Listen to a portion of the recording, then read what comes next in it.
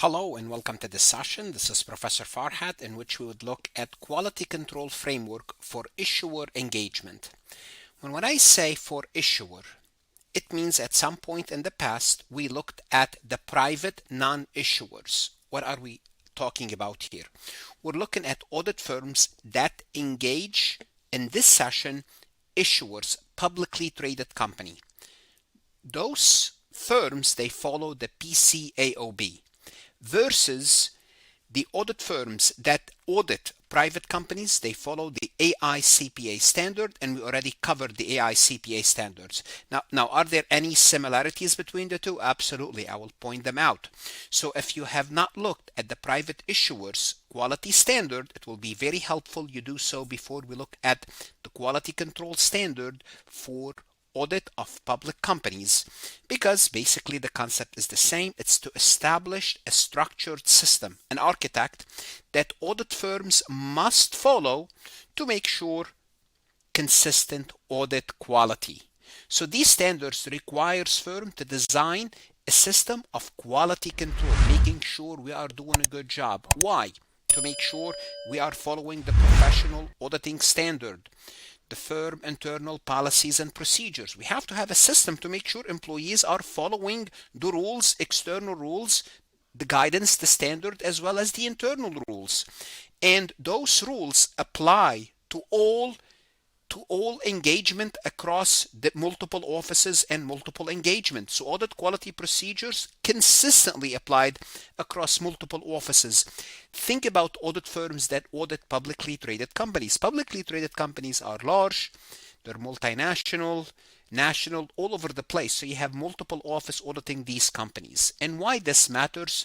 Well, because audit firms operate, especially that audit issuers, in multiple locations with many partners and staff. So what we need is a formal quality control system to do what? To approach audit the same way, to make sure errors go undetected, to make sure the investors are confident when they see the name PwC, EY, Deloitte, KPMG, or any other firm. They know that they have a system of quality control for their audit. They're doing a good job. So a strong quality control can increase the confidence, and everybody should have it. A strong quality control framework ensures that every audit engagement meet the same high standard regardless of who perform the work. Now in this session, what we will do, we will dive into the 5 elements of the firm's quality control system for publicly traded company. Now if you looked at my AICPA, this should look familiar to you. The 8 component of system of quality management that covers the AICPA for non-issuers. For public companies, guess what? We have 5 elements. This is what we will discuss in this session. Let's go ahead by listing the elements first and going over each element separately. Let's go ahead and get started. Before we proceed any further, I have a public announcement about my company, FarhatLectures.com. Most students and CPA candidates struggle not because audit is too hard, but because it's taught fast and the logic behind the procedure isn't explained clearly, and everything feels disconnected. At Farhat Lectures, we break audit down step by step. We explain the why behind the standards, the logic behind the assertions, risks, procedures, evidence, so the whole process finally clicks. When the concepts connect, audit becomes clear and manageable. You stop memorizing and start understanding. Ready for auditing to make sense? Start your free trial at farhatlectures.com. The first element, one of 5, is independence, integrity, and objectivity. The second one is personnel management. 3, acceptance and continuation of clients' engagement. Now here's what I want to tell you.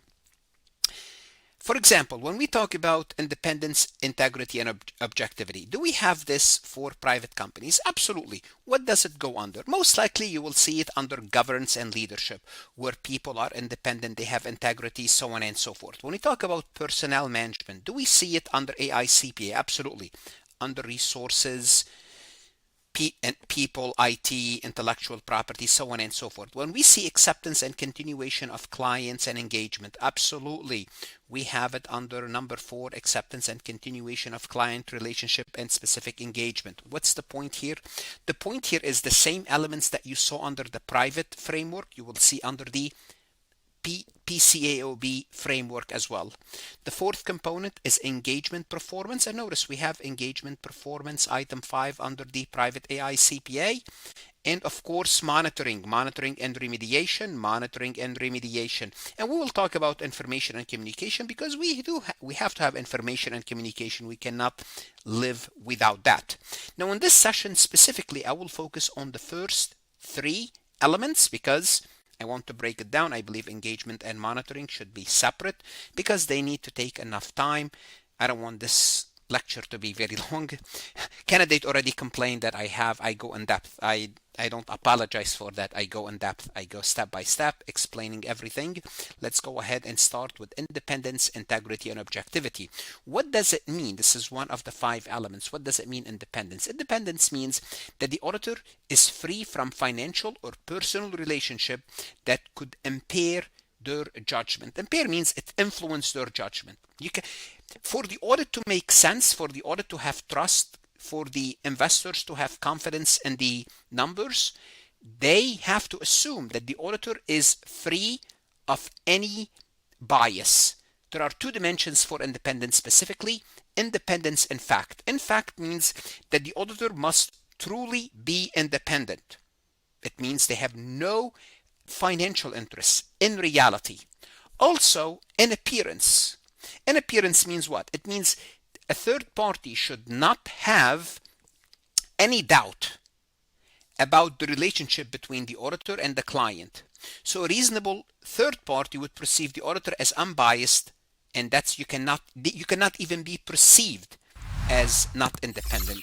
When would that happen? That would happen if the auditor gets very friendly with the client. They may go golfing together, they go on sports event, retreats, so on and so forth. You have to be independent both in fact, real, and in appearance, and maintain that appearance because you don't want to give even the impression that you're not independent. But obviously you want to be independent in fact, that's most important, but also an appearance is also required. That's independence. Integrity means what? You got to hold your ground. When you disagree with the client, you have to let them know. Integrity required straightforwardness and honesty in professional work. So auditor must not knowingly misrepresent facts or subordinate their judgment to others, especially to the client. Your job is to protect the public. We're dealing PCAOB. Public company. P, you're protecting the public. So you have to have integrity. You have to hold your ground. And you want to be objective, of course. Objective requires neutrality. Decision must be based on evidence, not pressure from clients or personal benefit. You just have to be independent, have integrity, and all your decisions should be based on objectivity. So these requirements apply to everyone involved in the audit, the partners, the managers, the staff, everyone. For example, assume an audit manager assigned to audit XYZ Corporation, and this individual owns stock in XYZ. Because this is a financial interest, the manager's independence is impaired. Now, this manager could be owning, for example, 10 shares. It could be 10 out of a million, okay? And that's 10 out of a million is nothing. But in appearance, that's it, they're not independent. In fact, they're not independent. But although 10 shares, it's meaningless. No one's going to violate their integrity for 10 shares or for anything. You should not violate your integrity, subordinate your judgment for anything. But everybody would say 10 shares, that's immaterial. Well, that's still an appearance. It's not good. So even if the manager can remain fair, independence in appearance is compromised. This is what we mean by in appearance. Even if it looks not independent, that's it, you're not independent.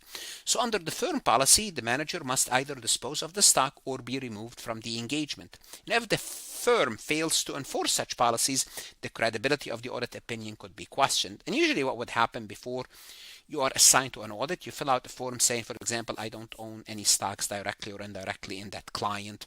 You just have to disclose that. That's how the firm would know. So that's 1 out of 5.